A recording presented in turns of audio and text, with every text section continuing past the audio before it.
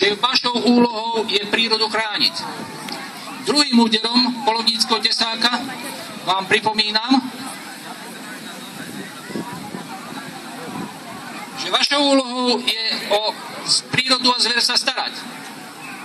A tretím úderom polovníckeho tesáka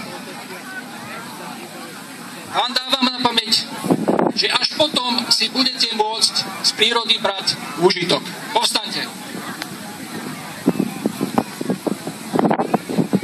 A teraz na pamiatku dnešnej udalosti, tak ako hovorí náš najstarší člen polovníckeho združenia strýc Pavel Žák, aby vám to každý veril, príjmite tieto hlasovacie listy. Blahoželám.